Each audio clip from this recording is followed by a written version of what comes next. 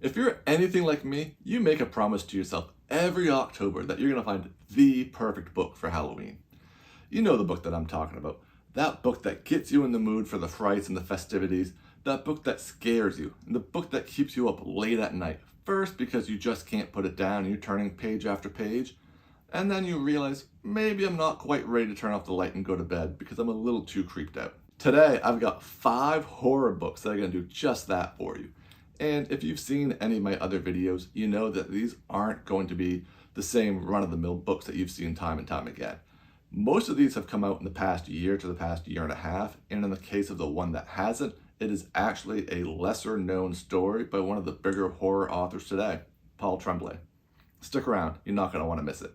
First up is the book that really gets you in the mood just for October, for fall, and for Halloween. It is Midwestern Gothic by Scott Thomas. This is actually a series of 4 novellas in one. They range between like 120 to 150 or so pages, and they are all interconnected in that they are in the same universe, in the same small town area, but you don't have characters going from one to the other. And in this, he really makes the case for why the Midwest Gothic should exist. And he talks about how you know the Southern Gothic, you know the Victorian Gothic, the New England Gothic, but you've never really heard of Midwestern Gothic. But he tells why it should be a thing. That, with the Gothic, it's about this inherited curse, about this land that's passed down from generation to generation. And whether you have a hand in that or not, you inherit this curse.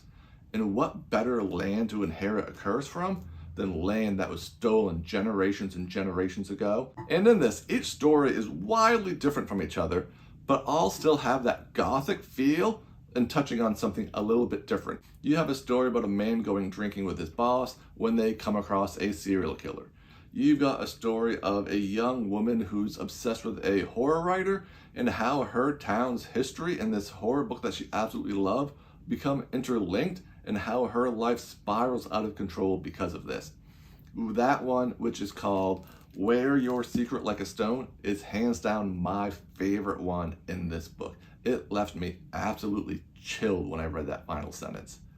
The third one is your typical kid at a summer camp story with a unique twist on it that I thought added something new to the genre. And finally, the last one is kind of an Alfred Hitchcock rear window scenario where you have a woman who is watching an apartment building that's a couple of streets over, and she notices some kids going missing, and all of a sudden her kid is missing, and kind of her life falling apart because of this. All in all, though, this collection is incredible, and it really sets you in that mood for that Halloween feel. You got that Gothic vibe going on. It's very atmospheric, it's very creepy, and it just gets you in that mood to read more horror. Next is the body horror book that creeped me out so much that I can't even believe I got through it. I'm talking about The Eyes Are the Best Part by Monica Kim.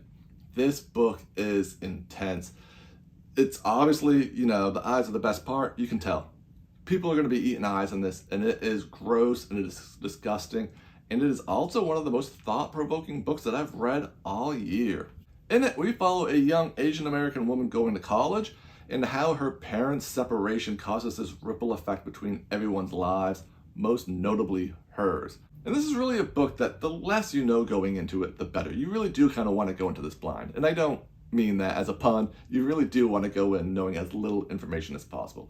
There's obviously stuff that you can infer from the title, The Eyes Are the Best Part. Yeah, there's probably going to be eating some eyeballs, and yeah, they do, and it's gross and it's disgusting.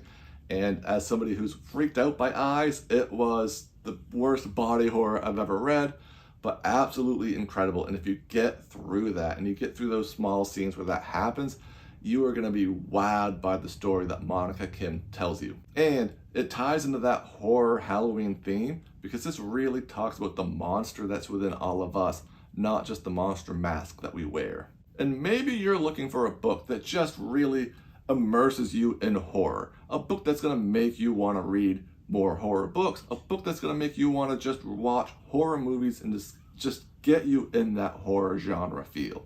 And I don't think there's a book that's going to do a better job at that than Bury Your Gaze by Chuck Tingle.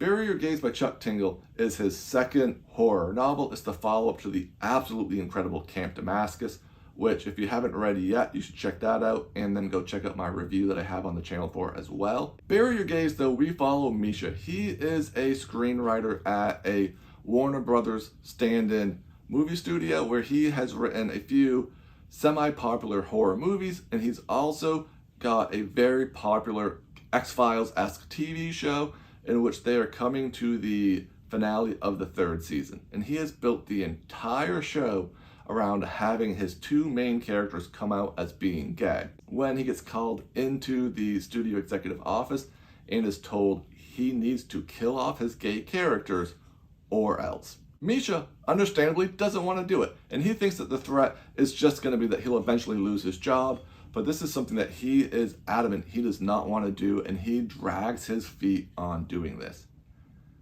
Come to find out, though, what actually ends up happening is he starts being, I can't say haunted by his characters, he's actually followed by these characters that he's made up.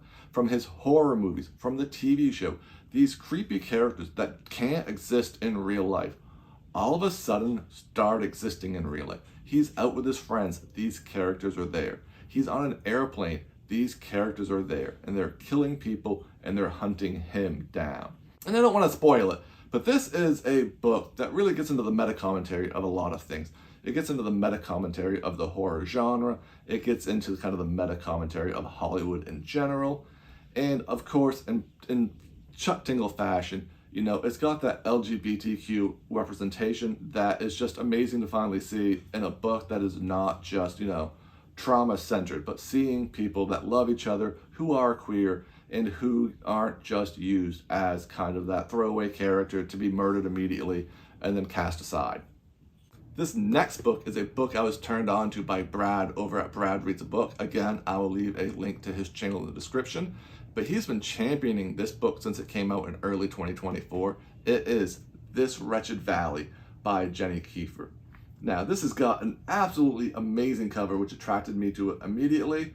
But then hearing it be about these 4 rock climbers who find this cliff in Kentucky that supposedly nobody else has ever seen before, and they're going to be the first people to solo free climb it. Now, you don't need to know anything about rock climbing. I know nothing about rock climbing.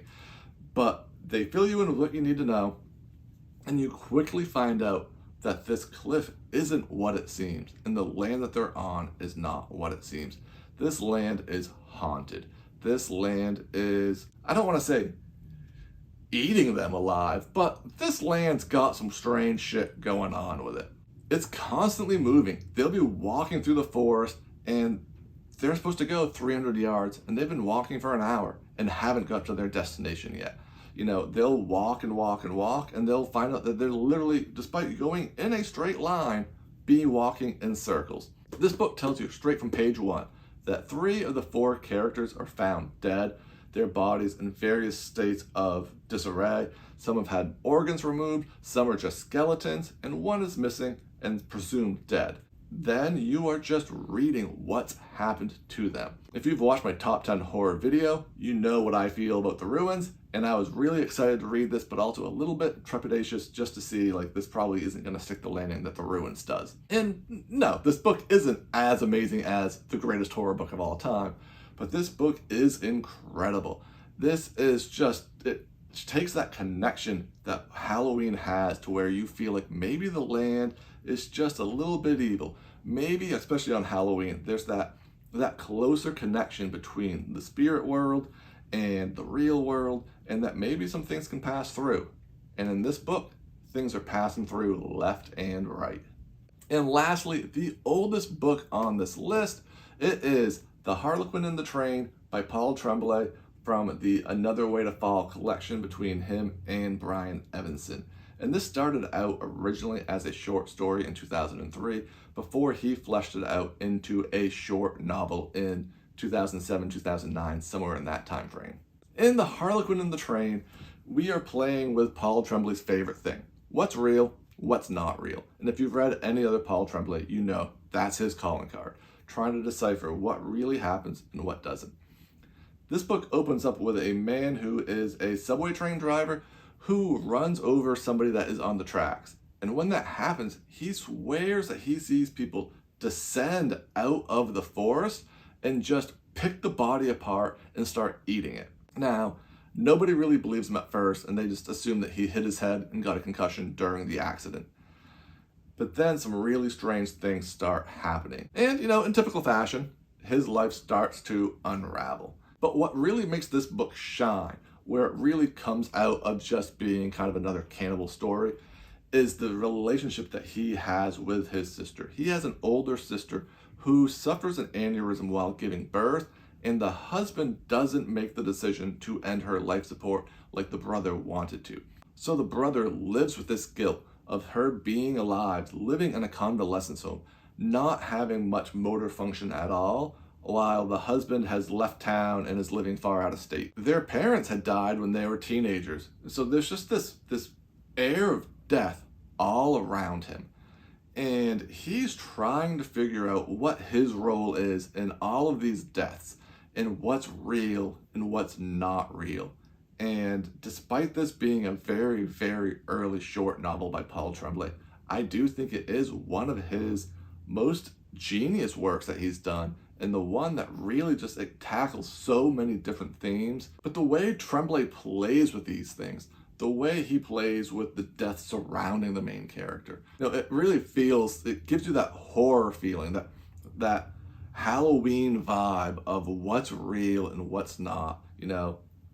Whenever you go out trick-or-treating or on Halloween, you're always, as a kid, you're hoping that everything is fake, but you always hope that maybe one of these monsters is really real.